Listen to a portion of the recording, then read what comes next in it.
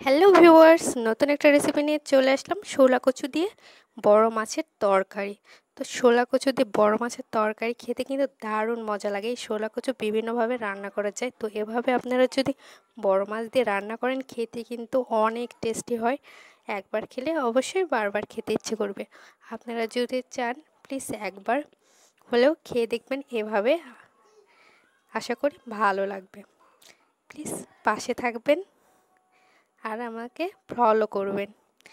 আমার দেখুন বাজার থেকে কত বড় একটা শোলা কচু নিয়েছে, তো এ দিয়ে আপনাদের রান্না করে দেখাবো রুই মাছ দিয়ে। শোলা কচুকে আমি কেটে নিচ্ছি ভালোভাবে, কেটে নিয়ে অনেক বড় তো কাটতে একটু অসুবিধাই হচ্ছে, তো ভালোভাবে একটু ছিলে ডুমো ডুমো করে কেটে নিব এই শোলা কচুটাকে। তো শোলা কচুর চপ বা বড়া খাওয়া যায়, যদি আপনারা দেখতে চান অবশ্যই কমেন্টে জানাবেন, তাহলে আমি আপনাদের মাঝে নিয়ে আসবো শোলা কচুর বড়া বা পাকোড়া বা চপ। তো ডুমো ডুমো করে কেটে নিয়েছি এভাবে। এগুলোকে এখন আমি ধুয়ে গরম জলে নুন দেওয়া গরম জলে আমি ভাপ দিয়ে নিব।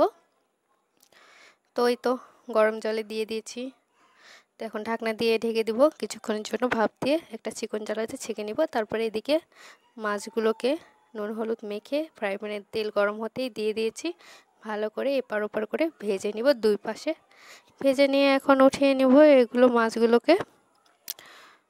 দেখুন দুপাশে আমার উল্টে পাল্টে ভেজে নিচ্ছি। তো উঠিয়ে নিয়েছি। এবারে ভাপানো শোলা কচুগুলো ওই মাছ ভাজার তেলেই দিয়ে দিলাম আর কি, দিয়ে একটু হলুদ দিয়ে একটু ভেজে নিব। ভালোভাবে একটু ভেজে নিয়ে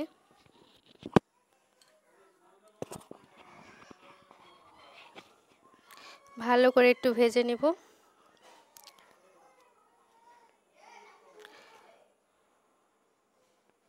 সিদ্ধ তো হয়ে গেছে, ভাপানোর সময় সিদ্ধটা হয়ে গেছে, শুধু এটাকে ভালোভাবে একটু তেলে ভেজে নিব। ভেজে উঠিয়ে নিব এটা একটি পাত্রে।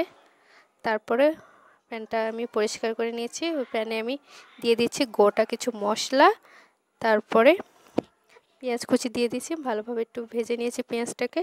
তারপরে এখানে দিয়ে দিলাম স্বাদ মতো লবণ, হলুদের গুঁড়া পরিমাণ মতো, ঝালের গুঁড়া পরিমাণ মতন দিয়ে ভালোভাবে একটু নেড়ে চেড়ে নিলাম। সবগুলো মশলাগুলোকে একত্রে মিক্সড করে নিলাম। তারপর অল্প পরিমাণে একটু জল দিয়ে দিলাম যাতে লেগে না যায় মশলাগুলো। দিয়ে ভালোভাবে ফুটতে এখানে আদা জিরা পেস্টটা আমি দিয়ে দিয়েছি। ভালোভাবে একটু মিক্সড করে নিলাম।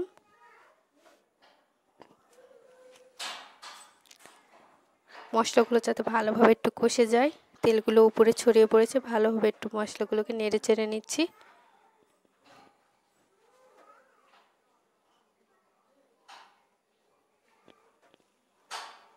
তো মশলাগুলো কষানো হয়ে গেছে। এ পর্যায়ে আমি আগে থেকে ভেজে রাখা কচুগুলো দিয়ে দিলাম এই মশলার গ্রেভিতে।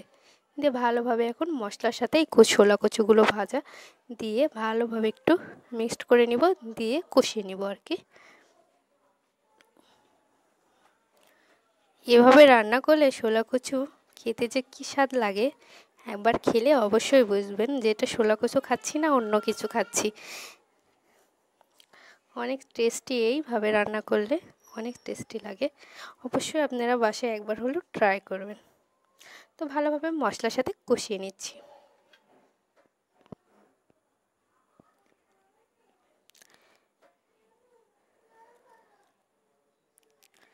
ভালোভাবে কষানো হয়ে গেছে আমার। এখানে এখন পরিমাণ মতন জল অ্যাড করে দিব।